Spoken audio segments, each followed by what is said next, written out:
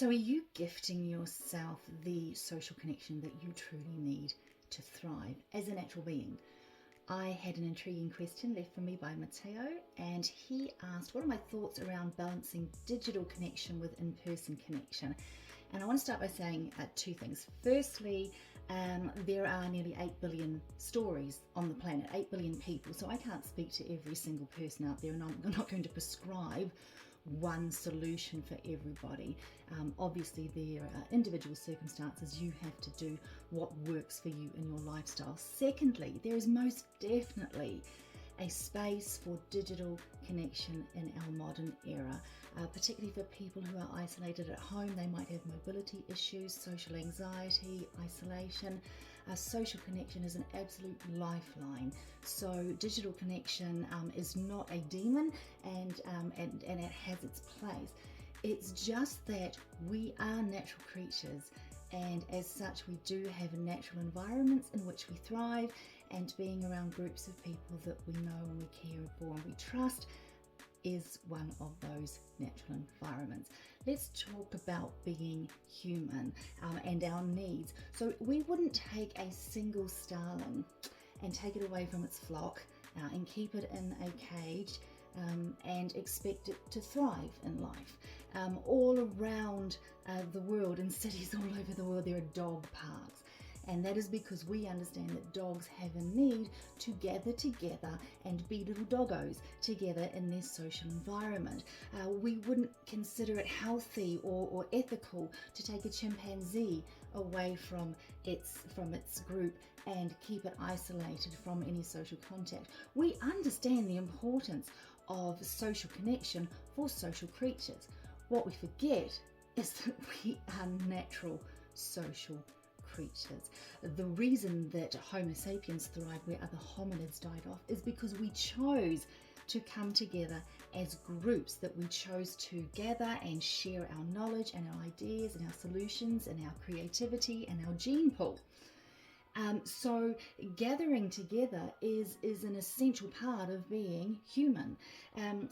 We grew up, we evolved, we have come to develop, certainly psychologically, with an understanding that we will thrive, that we will function best in groups of about 10, right? So family groups of about 10, and then having a wider social circle of about 150 people. That is our hunter-gatherer mind instinct, to have that.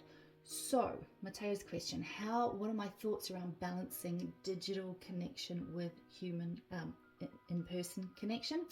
A few things I'd like to share.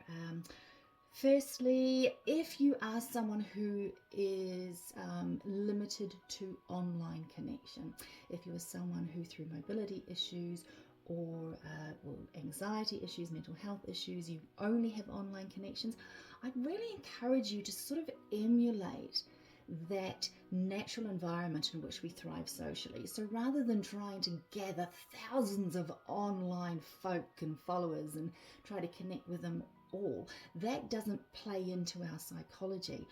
We are best when we try to thrive. We thrive best, when we are connecting with about no more than 150 people, and up to 10 of them in a really close, intimate way. So try to emulate that in your online world.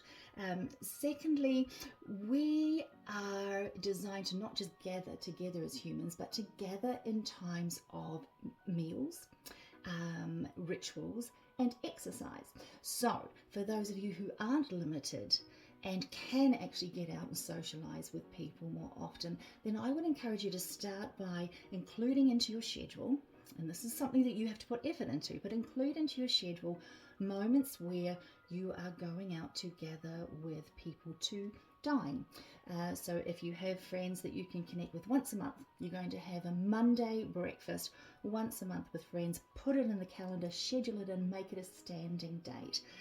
The other thing you can do, particularly if you're someone who you don't have a lot of friends and you're sort of not sure who you can connect with, then I would encourage you to go to ritualistic gatherings, and I'll get to that, or places where people exercise, because ritualistic gatherings would be something like a sports event or a music concert, live music. If you can gather around people in either of those occasions, it might be that you don't necessarily chatting to the people, but you have got that sense of energy around you, and it is a ritualistic occasion, so you will be gaining benefits from being in that environment.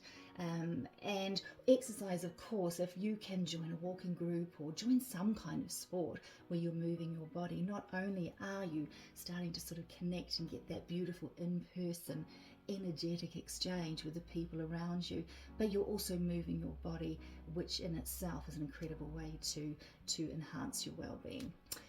So really quickly there, my thoughts on how to balance digital interaction with an in-person interaction, and why, as natural creatures with natural instincts, it's really important for us to do so. Hope that helped, Mateo. Bye.